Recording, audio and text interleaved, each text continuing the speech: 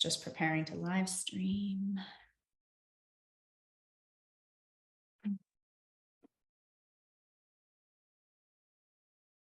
All right, here we are. Welcome everyone to this week's version of The Spiritual View, and happy Mother's Day to all of you that are watching and that are mamas in some way, shape, or form out there. And today we're going to be talking about our spiritual gifts, our intuition, our clairsenses, and what that looks like, because everybody is different. So that's kind of where we're gonna go today. But before we do that, let's just connect and check in. Good morning, ladies. Hi, Sheila. Hi, Kim. Good morning. Yeah. So let's hear about your weekends. I'm curious. Kim, what was your weekend like? Oh, the weekend was wonderful and crazy. We have been waiting and waiting and waiting for the arrival of our second grandchild, who actually finally arrived this morning. So, and I'll talk a little bit more about that, but it was a wonderful Mother's Day. The weather was great, spent a lot of time outside. I did a lot of reflecting on what Mother's Day meant to me, and I did share on my TikTok and other social medias kind of my new perspective on Mother's Day. Deeper thought after losing a child, it kind of changes perspective a little bit. So, but it was probably the first Mother's Day since my son died that I actually did not feel at all sad. But I think it's because I consciously chose to shift into that more positive energy, right? And that led to what I shared on my other social media is about just a different perspective on what it means to celebrate Mother's Day. So it was a great weekend and interesting just to see too the emotions with the anticipation of a grandchild coming. It was interesting to watch my husband navigate that and myself and talk about how we don't really remember feeling that when we were having our own children, but maybe we just forgot. I don't know, but it was a great weekend. Awesome. And congratulations. Thank you. Beautiful. And her name is? Her name is Eleanor Ann.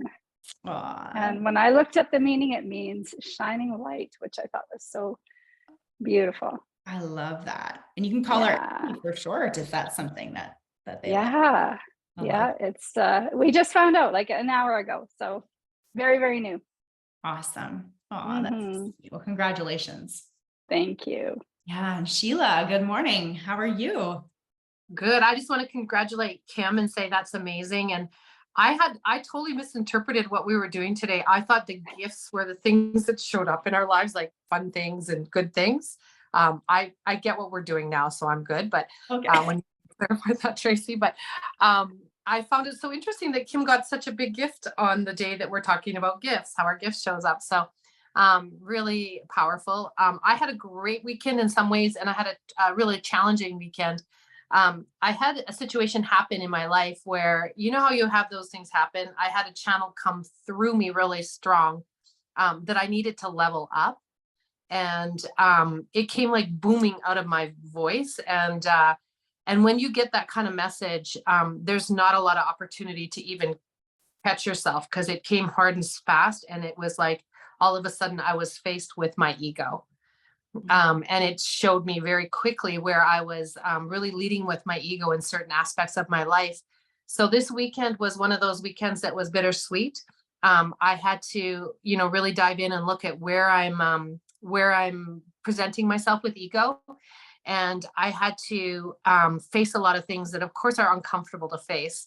So I would say, yes, the sun was shining. It was beautiful. And I really had that opportunity to enjoy that. But I also had a chance to feel some heaviness and some darkness from within that was really important for me to face. Wow. Yeah. And interesting timing too, Sheila. Hey, do you see that? The timing in what way? Sorry. Well, just actually considering what we're talking about today, I was like, oh, isn't that interesting? I'm like, that's going to just because I didn't know that before we got on here, right? So that's going to lend perfectly into where we're going today. So I'm excited to hear more about that if you feel called to share that, because so last week when we actually met, we had a guest on, Diane Courtley, and she's this amazing medium. And one of the things that we had asked her was to kind of share a bit about how her mediumship shows up for her, right? Because one of the things I know that I've learned over the years that I maybe didn't realize at the beginning of my spiritual journey is that even though we've tried to kind of put parameters around, this is, you could be clairvoyant or you could be clairaudient, right? And we've tried to kind of fit it into what makes sense for the logical mind. What I've also noticed when working with so many clients and having so many friends that are in this realm as well, is that everybody's gifts show up differently, right? Even the fact that all three of us, for example, could be clairvoyant, which clairvoyant is the gift of being able to see, right? That doesn't mean we see the exact way, right? One of us might see like an entire story or like a movie reel type thing. One of us might just have images in the mind's eye. One of us might even see outside of the body, right? So they're so different. And I feel like this is a really fun topic to talk about, because I know when I first started my spiritual journey, I kind of wanted to fit them into a box. And I was like, well, if it doesn't look like this and in this certain way, then I guess I don't have that gift, or I can't do that, or it's not turned on, or whatever it is, right? So I kind of want to just dispel and destroy and create all of those myths for everybody, to let everybody know that number one, everybody is intuitive. And number two, how it shows up for you is right and divine and perfect. And there's no judgment about that, but it doesn't have to be the same, right? So I would love to just start by hearing from each of you what, maybe you could share, what are your spiritual gifts, right? Or the biggest ones that you find you use the most, depending on how you want to do that. And then once we round robin that, maybe we'll go into a little bit deeper on how they show up, if that's cool. Yeah, awesome. Okay, so Kim, what you got? All right. Well, first of all, this is funny, and I want to share this because just for our listeners, so that they know, this is so not scripted. And we really come on here and wing it, because I was very much in the mindset or perception of Sheila, where I just thought, we're talking about gifts, we're talking about any kind of gifts today, not necessarily spiritual gifts. So I love that. Oh, look at all this diversity that is showing up right off the bat. And that's what I love about this, is it's just each one of us just speaking from the heart in the moment, and not anything that's planned or scripted. So throw that out there. I have to just say, the first thing I thought of when this is that for me, when I think about gifts, I think of everything as a gift. I mean, of course, there are these unique spiritual gifts that we all have, but I think of even just waking up every morning is probably the greatest gift of all, because without that, we don't have anything. We have nothing. I think part of it is being in the right energy, the right alignment, the right mindset, whatever label or terminology you want to use. We have to be in that place to be able to receive, whether that's to see the gift or hear the gift or sense or feel the gift, right? And we do all have different intuitive strengths or abilities, but if you're not in that right place, that right vibration, that openness, you're not even going to see, hear, or feel what's right in front of you or around you, or tapping on your shoulder, right?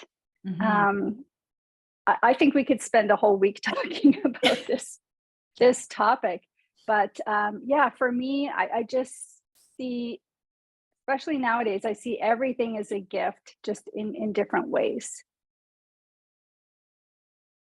Okay. Yeah. And I missed the other part of the question, so remind me. So like, what we can call it gifts, we can call it intuition, we can intuitive tools, whatever word we want to put on that. But when you're in session, or even just in your everyday life, what are we could say the skills or the intuitive pieces that you often use? Okay. For me, it's just this knowing. It's a knowing, it's this truth. Sometimes it's something that comes in little bits and pieces and starts to make more sense. Sometimes it just shows up when I'm teaching. I might be teaching a workshop, and something will come out of my mouth, and it's like, how do I even know that? Like, it just downloads instantly the full detail and understanding. And just like Sheila, it sounds like she had the same experience this weekend, where it just comes out. And it's out there before you can even really think about it or analyze it or feel it. It's just, now it's out there. And now what do we do with it? But that for me is the biggest. It's just this sense, this knowing, this undeniable truth inside. Yeah. Okay. Awesome. Thank you. And Sheila, what about you? My gifts, I feel they come very intuitively, for sure. But more importantly, they come from trusting the message.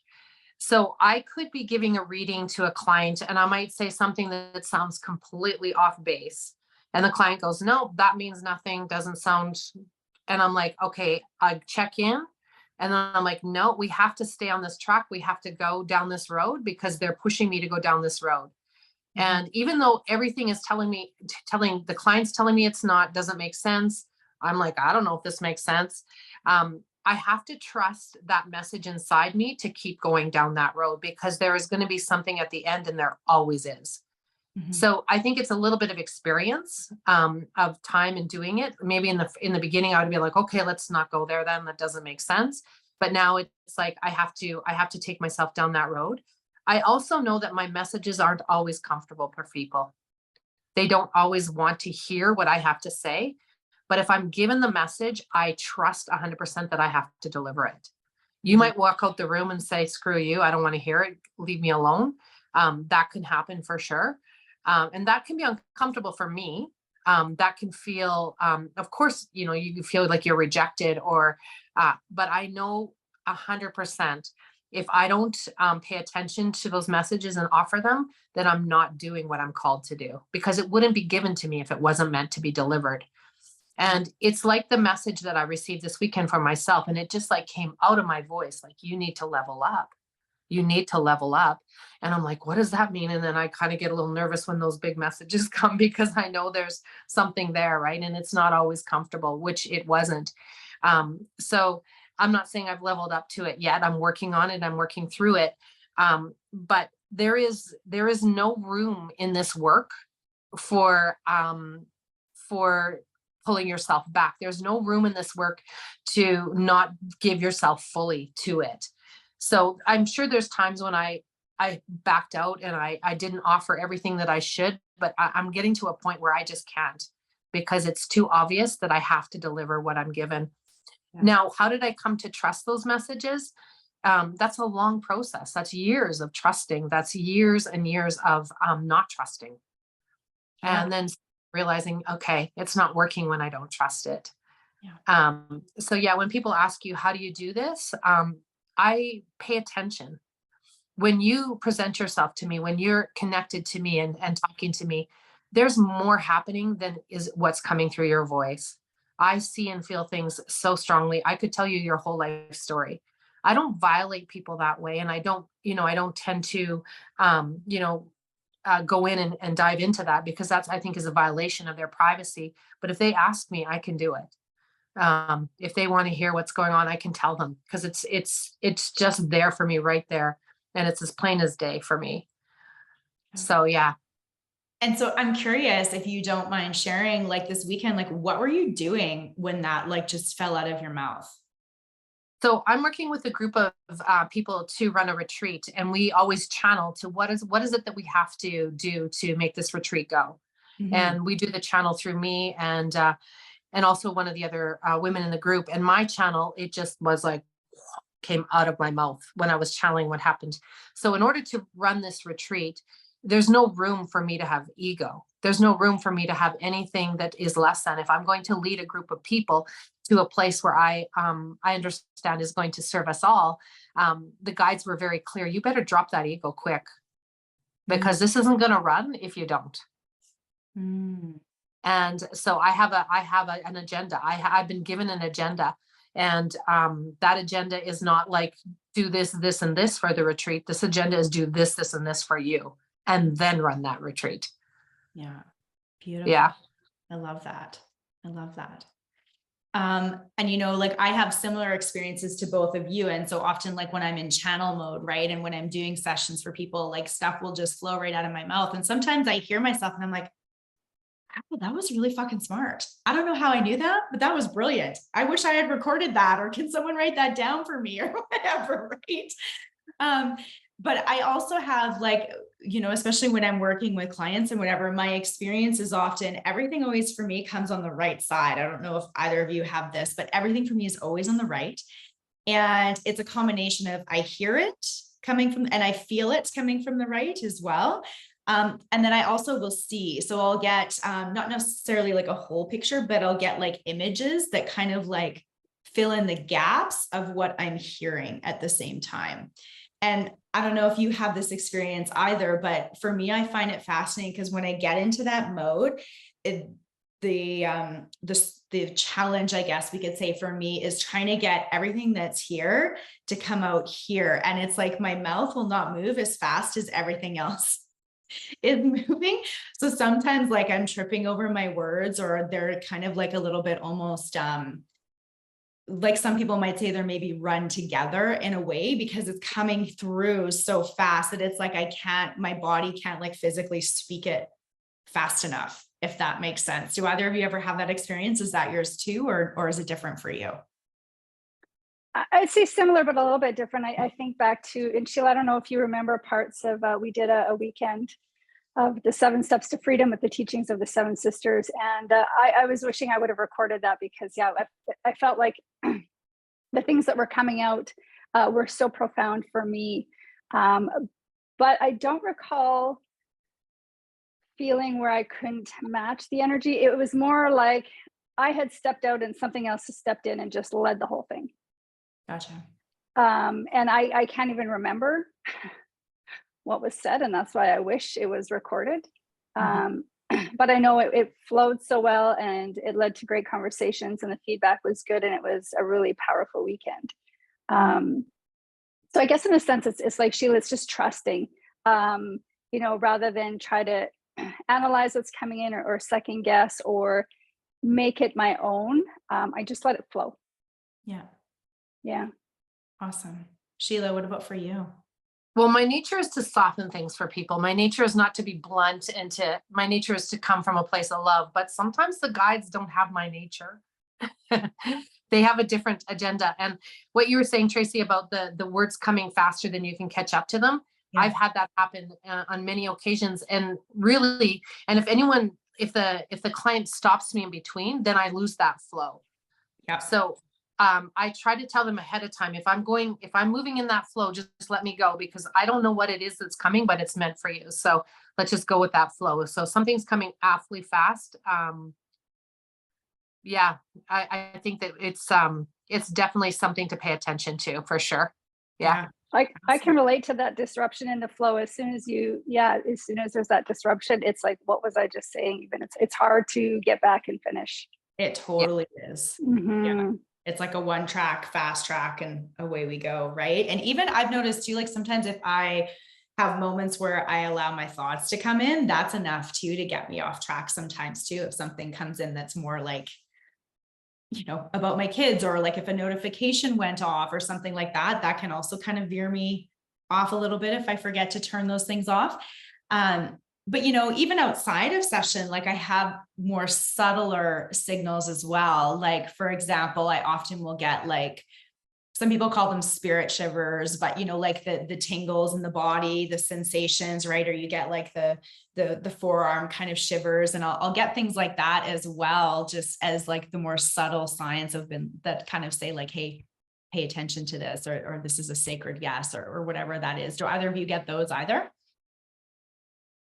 Sometimes I think more than anything, I get like physical signs, whether it's a person that comes into my experience that actually delivers something, whether it's information about something I need to be aware of, or a book, or just out in nature and getting a physical sign with direction, clarity, that sort of thing. I find for me a lot shows up that way. Mm-hmm. But I have to be in the place of just presence. If I'm looking for it, I'm not going to find it. Yeah. I remember doing a session with you, Kim, and I don't honestly remember what it was that came through me, but something came in and it just like, it hit me so hard physically. And I was like, what is this? And I had to stick with it. It was painful and it was uncomfortable, but it was something about you shifting something, your DNA. I don't know. It was something crazy. And I had to sit with it. It wasn't mine. But it was mine in the sense that I wasn't ready for that energy where Kim was. Mm-hmm. My body wasn't physically ready and Kim's body was, and I had to transfer that to Kim somehow. Yeah. And the channel actually said that you weren't prepared, and that it was uncomfortable for you. Yeah, we've had a lot of sessions like that. They're all recorded.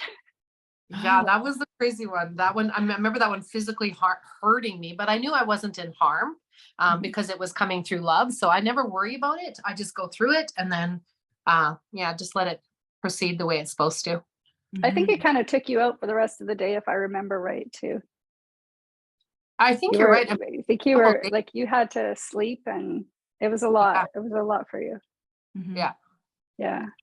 That brings up two interesting questions, actually, that I'd love to ask both of you. And the first one being, do you believe, because I've heard this in metaphysical communities, do you believe that you have to be ready? Like, do you believe that your body, your mind, your energy, and your spirit have to be at a certain capacity in order for certain things for you to be able to access them or for them to come through?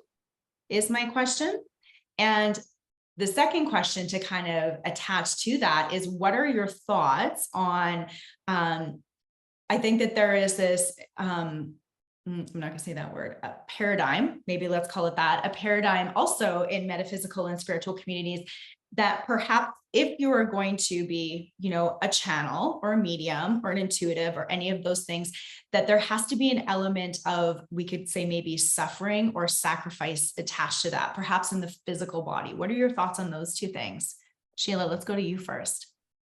That's a really interesting question because I've never believed anything is a sacrifice or a suffering. Mm-hmm. Even though I do suffer, the suffering comes from my resistance. Mm, It comes from me not seeing, not learning, not letting it flow through me. That's always been my experience. Of course I've had lots of suffering. Of course I've had lots of challenges, but that's just because I don't really trust God and the flow of what's coming to me, the message that's coming to me. Like even the message saying you need to level up, I could have flowed through that. I could have said, oh, that's beautiful, let me show me the way. But I was like, what does that mean? What's coming? And I'm in resistance because I know, like, my past experiences, it's not always easy. And of course, I create, it's not always easy. So, yeah, so I don't see the suffering as necessary. I see the suffering as our own doing.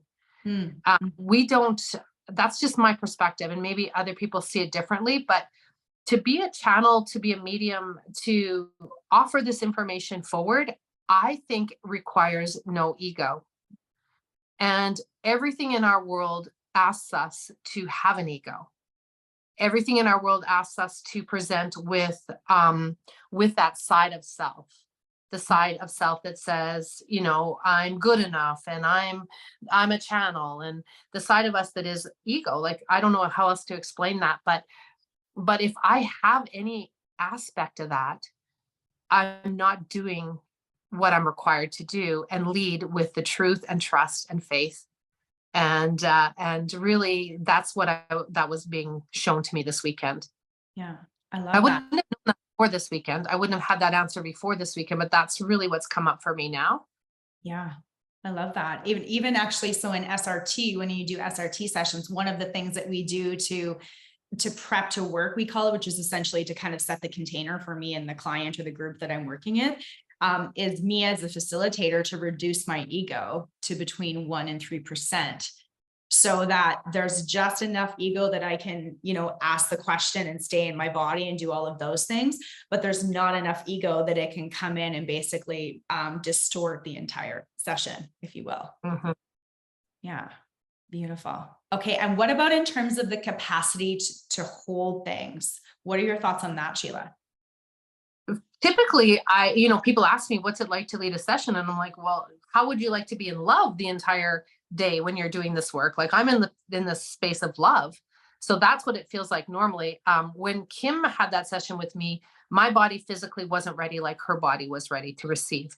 So that was painful. That was difficult. But that's just maybe a message to me to, maybe there's some work there that needs to be done for me too. And there was probably an opportunity for my body to receive some of that and heal and work towards whatever Kim was receiving. So that wasn't easy, but typically it's very easy for me to do this work. I don't feel tired. I don't feel uncomfortable unless it's a whole day of channeling all day long. Then Mhm. I would be tired. Then I would realize it, but I don't normally do that. Yeah. Okay. Awesome. Thank you. And Kim, what about you? Well, first of all, I agree with Sheila. I don't think we have to suffer to get gifts. I think suffering is kind of it's an unconscious choice, right? It's resistance, or for me, I think of it as, we're attached. Non-attachment leads to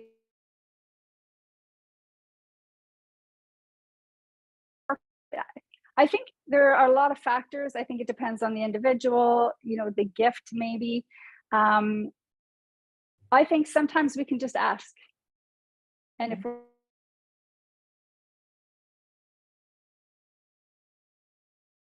work is maybe clearing stuff.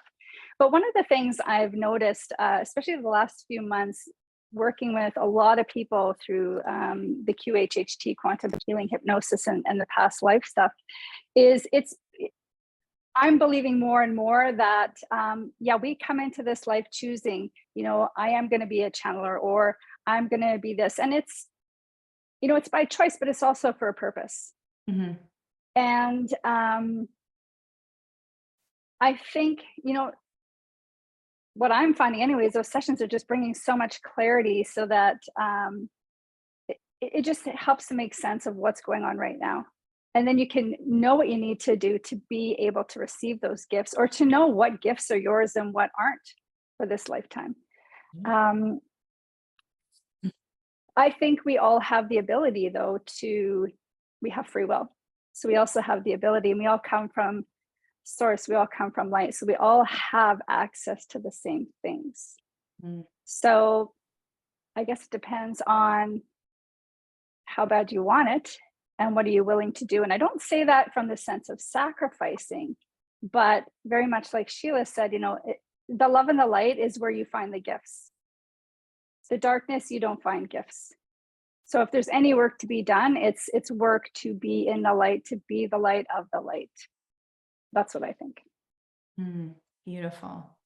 I love that. And, I find that interesting too. Like, I too am a big past life proponent, right? And I believe that we come in from this place of our divine blueprint, right? Where we do get to kind of do some of the planning as to what we're coming into this lifetime to experience. And, I think that, there's like a bit of an art to it. I think that we all have access to everything, just like you, Kim. I think that for those of us that are super curious and would like some more information about what that might look like, there's some amazing tools out there. Like, you could look at your astrological chart, for example, and the astrology could give you some information. Human design is also a huge, I was going to say key player, but I don't like that word, so I'm going to take that back. But if you look at your human design chart, for example, you can look at the different channels that you have activated, and it will tell you what they're associated with. And sometimes that type of information can kind of be a guidepost for someone to then go ahead and be like, okay, well, if there's something in my blueprint, my human design blueprint about the throat and about voice, then how can I start to activate and amplify that? And it might be chanting, it might be mantra work, it might be just speaking up and using your voice, right? But you can start to kind of peel away some of that and start to activate it for those people that feel like they're like, I don't know where to start, or I'm not sure what that looks like. Some of those tools can be super helpful. And I also feel like, to me, the capacity of what we can do and what we can hold is important. And what I mean by that is, even though we all have access to any of it, when we are, so for example, if we're stressed, if we're burnt out, chances are we're probably shutting down more of our intuitive nature because we're barely surviving, right? We're in survival mode. And so sometimes there's those types of things, sickness or disease could be another one, right? And so, taking care of ourselves on the human level, in my opinion, also lends to us being able to access the spiritual and the energetic. Is that making sense? It totally does. And I'm just going to share, I had a session with a good friend and client the other day, and we experimented a little bit to where she gave me permission to ask subconscious questions about me. Yes. And it was so wild. And one of the things I want to share is how, one of the things the subconscious said, because I asked about what's going on in the world right now, 3D and 5D and all this shifting. And what they said is that everything that has been hidden is being revealed. And I think they meant that in a lot of different ways, like personally for people, in the collective and society. They also said that they talked about, things surfacing, all that I got to go back and listen to the recording, but it was something along the lines of all that has not been resolved or avoided is surfacing. And, I've been talking to a lot and we're feeling that. It's like, why am I feeling angry? Why am I feeling sad? I don't even have a reason, but it's like the body is preparing, I think, right? To shift us. There's a need for this. And the subconscious did talk about this too, and about how, they talked about the solar energy being so strong right now. And even people who are not doing work are feeling this energy. And I asked, what is the most important thing that we need to focus on right now? What's our priority for this? And they said self-care. There needs to be self-care, and which you just talked about. So yeah, we have to help our physical body prepare to go through this, call it a detox or, ascension. It's all these different things, but yeah. And it can be, like Sheila said, it's uncomfortable. It's exhausting. And they did say that it's exhausting for us right now. Yeah. And it's, the body really is the vessel, right? It really is the container, if you will. Right. And so I feel like if the body is not in alignment, right, like we need alignment on all levels, if that makes sense. Absolutely. I know that's been a big focus for me, or my intention this year is, what can I do to help my body, to be healthy, to be strong, to get enough rest, everything from how much or how little exercise, water, what kind of foods, or what am I putting in my body? What am I putting on my body, on my skin, and all these things I'm trying to, with the exception of my hair, obviously, because, I'm not giving up everything. But yeah, I'm trying to really make my body a priority because I plan to live well into my hundreds. And it's important. We need to do that. Yeah. And I think that a beautiful message that is kind of popping up with that, to add to that, is, know when it's time to harvest, know when it's time to plant, right? And know when it's time to kind of sit in the middle of that, waiting for the seeds to grow, right? Like I even look back on what I've done since January when I started, my clearing containers and things like that. And when I first started them, I had a full schedule. Like I was doing the daily clearings with the container. I was holding a container of, whether it was 20 or 50 people or whatever that was. And I was also doing all my one-on-one sessions and momming and doing all of those. And I was exhausted. So I needed to adjust, right? And so now I've learned, like, when I'm doing these containers, I have to actually pull back the rest of my schedule so that energetically I'm not wiped out by the end of it, or at the end of every day, right? And some of that is more just learning as you grow, right? But it's being willing to make those adjustments so that we're not pushing ourselves past the point of where we should be going, if that makes sense. It totally does. And I want to share a message that was specific to me, but I think it would relate to everybody. And this was about the work I do from, again, the subconscious. And what they said is, not to put so much pressure on myself to do more, and to just be light about it and have fun and play. And that has been something I constantly need to be reminded of, because we can get so focused on this work, and because we know the benefits of it. But, maybe part of the reason why we're so exhausted is because we're just going too hard, too fast, rather than just be a little bit more light and playful with it. So that was a good reminder for me. And I'm sure a lot of people maybe need to hear that same message. Don't put so much pressure on yourself, and just enjoy the ride, so to speak. That's fascinating. Because what came through for me this morning was, I was talking to my kids on the way to school, and I was like, we're getting really close to it being summer, because they're both teenagers. And so they don't even go till the end of June, right? Because they just write their exams and then they're done. And I was like, thinking about summer, and normally up until now, I just work straight through the summer, and I might take a couple of weeks off, or if we go somewhere or whatever, but it would be business as usual for me over here, kind of thing. And this year I was like, no, I'm going to Costco and I'm buying some paddle boards, and we're going paddleboarding at least once a week this summer. And I was like, isn't that interesting? Because it's totally outside of what I've done up until now, right? But I was like, I need to just be a little bit more, and I need to play, and I need to have fun. And that was very much the message that came through. It was like, after you're done this live today, sit down and look at your schedule and what you're going to start to actually not add, but what you're going to take away to create more space for yourself over the summer. So yeah, that's fascinating. I think when you do that, you'll find you'll actually receive more.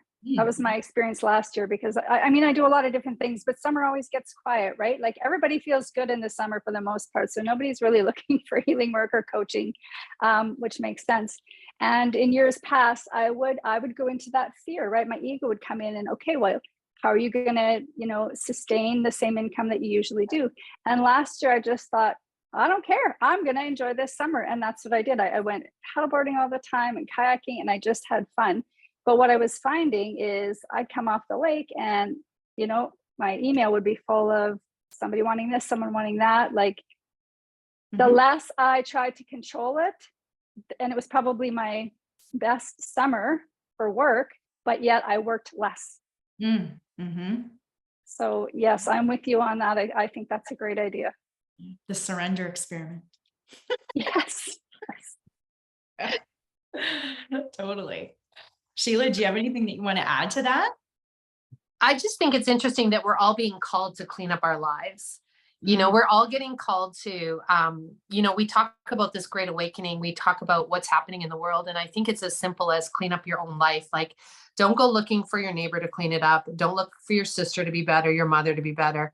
Look for yourself to clean up in your own area. And I think that's really the message I'm receiving strongly is, if I'm in victimhood, or if I'm, if I'm in conflict with someone, what is that? That is my ego. That is me saying I'm right, you're wrong. It has all those elements of pointing the finger. And the more I point the finger, and the more I don't trust, like you say, you don't trust that work will come. You don't trust that the right thing is coming. The more the right thing doesn't come. So I think all of us are being called to step into the power, like Kim said, go on the lake, and then get off the lake and see what comes, what comes your way. She's not pointing the finger at anyone. She's not in victimhood when she's on that lake. She is in the space of, feeling nature, feeling God, feeling the source of what is, whatever you want to call it.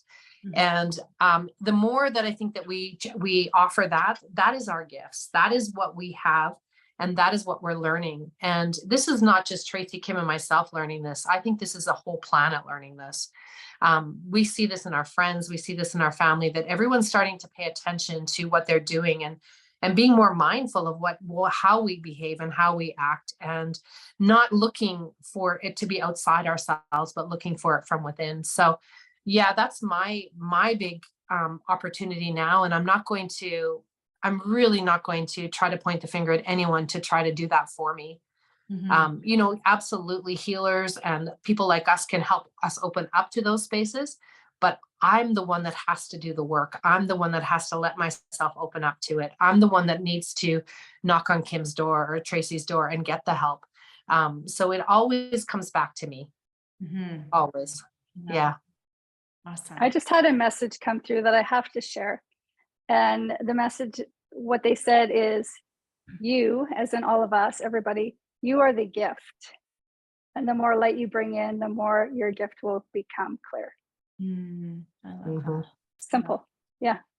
Perfect. Makes so much sense. Yeah. Okay. I have one last question. So if you were to look back on your spiritual journey, which started, 10 years, 15, whatever that is for you, it doesn't matter. What do you think is the biggest thing that you had to overcome to get to where you are right now, specifically in terms of how your intuition works and what your gifts that you have online right now are? I know for sure for me, the biggest thing that I still am overcoming is doing it my way. Yeah. I keep wanting to do it my way. And I get these messages that come in and say, we're here to guide you.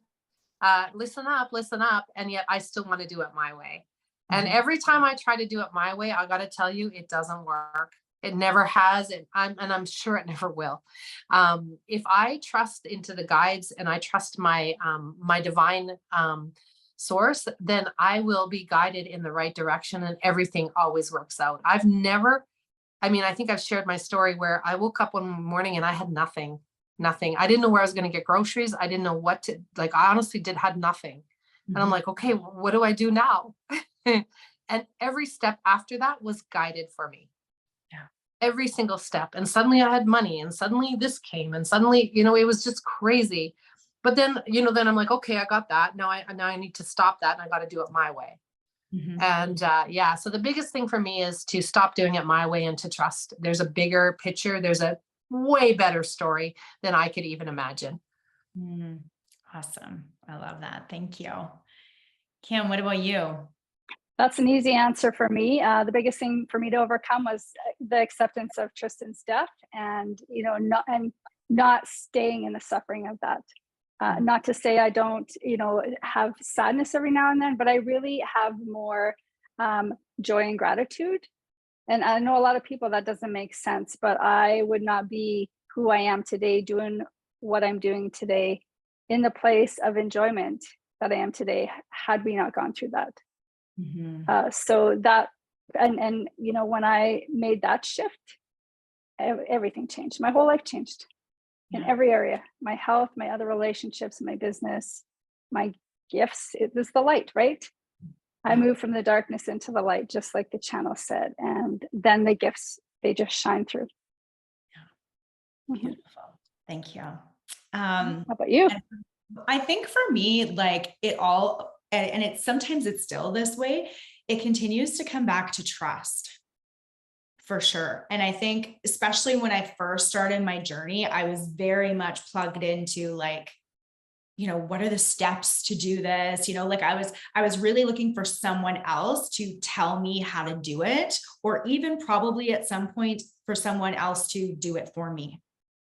Right. And so I really had to start to unplug from that and get to a place where I could relearn how to trust myself, and everything that was coming through or coming in, and to also remove like any of the judgments, the projections, the points of view, like other people's stories that I had to attach to, that said that it had to look this way or it could only be that way. Like I really had to expand myself into that trust and also open up to what is possible for me that will look different than what is possible for everyone else, if that makes sense. So for me, there was definitely an element of having to take my own power back and really trust in myself first and foremost, rather than looking to other people that I saw as, more intuitive than me or ahead of me in the journey, or knowing more than me. Right. And then looking to them and being like, please tell me what to do. Right. I really had to get away from all of that. Yeah. Yeah. Awesome. I love this conversation. We could go on and on. Totally. Right. And of course, if you're watching this, feel free to drop, in the comments, especially on our Facebook page, and we can continue the conversation there if you have any questions. And they might be more specific to whoever is listening to your situation or what you're experiencing. Right. And so feel free to ask, and we'll share our own experiences about it. And hopefully that'll help you in some way, shape, or form. But we can continue it on our Facebook page there. And is there any final words that either of you have before we kind of say goodbye for today? No, the message again, let the light shine in and find your gifts. Beautiful. Make that your intention for today, maybe. Beautiful. Awesome. Okay. Sheila, you're good? I'm good. Yes. I feel it always, these conversations always lead me in the direction I need to go as well. So just speaking to it and then living it. Yeah, absolutely. Okay. Well, next week on Monday, we'll be having a special guest. You're definitely going to want to tune in and join us for that. And for those of you that are here in Alberta, we're wishing you is it Alberta or is it federal? Is it a federal May long weekend? I think it is, right? Yeah. So if you're in Canada, then we're wishing you a happy May long weekend. And most of us are having some nice hot weather. So get out and connect in nature. Another beautiful way to start to grow your gifts as well is to spend some time outside and put your feet in the grass and touch the trees and talk to the trees and all of those things. And thank you so much for being here. And we will see you all next week on The Spiritual View. Bye. Bye, everyone.